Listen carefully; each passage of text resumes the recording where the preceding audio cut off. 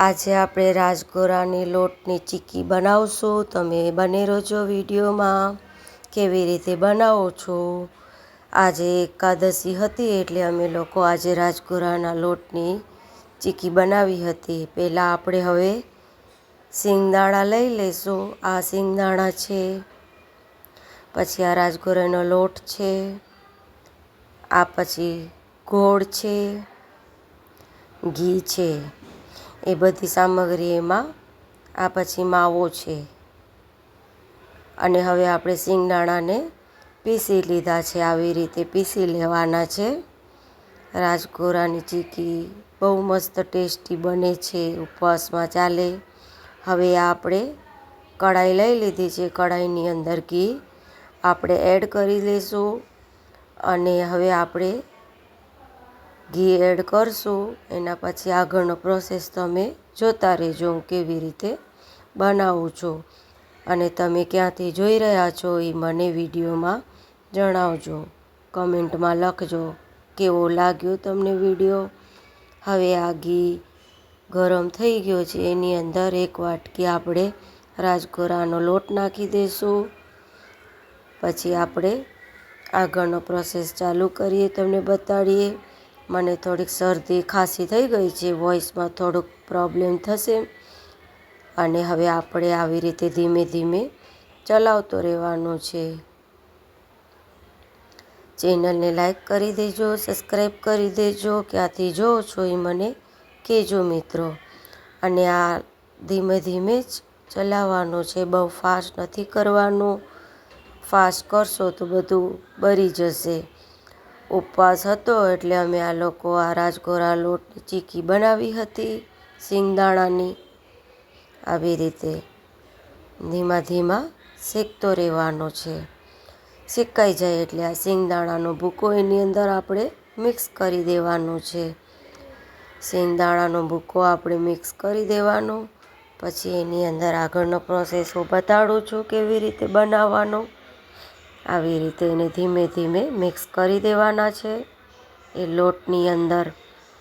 ચેનલને લાઈક કરજો, સબસ્ક્રાઈબ કરજો, વિડીયો શેર કરજો, સારું લાગે તો તમને કમેન્ટમાં જય માતાજી લખજો।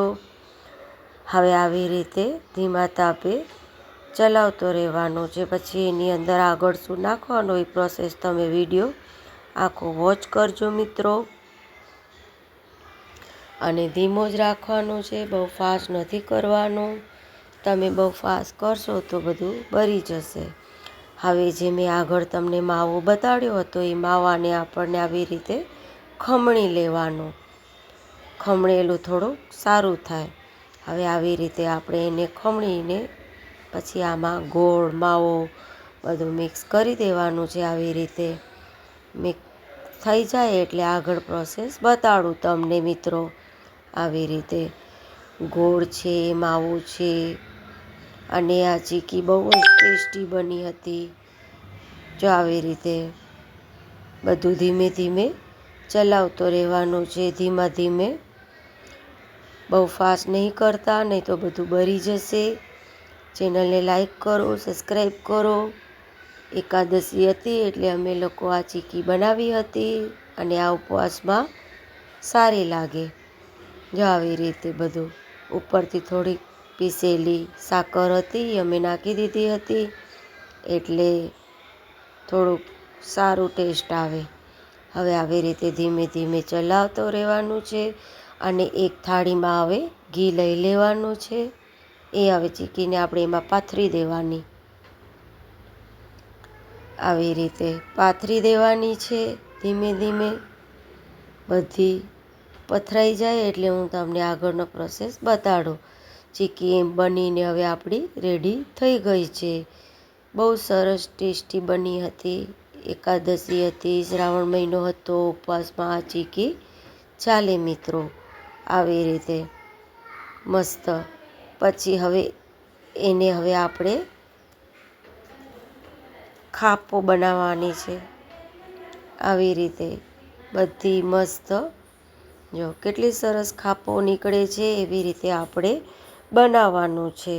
ચેનલને લાઈક કરજો, સબસ્ક્રાઈબ કરજો, બધા મિત્રોને જય માતાજી। આપણે હવે કાલે મળશું નવા રેસીપીની સાથે. આ તમે જરૂર ઘરે ટ્રાય કરજો અને બહુ ટેસ્ટી બની હતી. બધા મિત્રોને જય માતાજી, આવજો. ને આ ચીક્કી કેવી લાગી કમેન્ટમાં જણાવજો. જો કેટલી સરસ બનીને રેડી થઈ ગઈ છે આ ચીક્કી આપણી. આવી રીતે ખાપો પાડીને હવે આપણે છોકરાઓને આપી દઈશું. કેટલી સરસ બને છે, જો ખાપા બી સરસ સરસ નીકળે છે. અને આપણે પછી કાલે મળશું મિત્રો. હવે આવી રીતે તમે બનાવજો ઘરે, પછી મને જણાવજો વિડીયોમાં તમે કેવી રીતે બનાવો છો. અમે લોકો બનાવી હતી. અને મિત્રો ખાલી તમારે એક લાઈક કરવાનું, સબસ્ક્રાઈબ કરવાનું છે, ઉપરથી ડ્રાયફ્રૂટ નાખી દેવાનું છે. આવી રીતે આવજો મિત્રો. જય માતાજી, આવજો.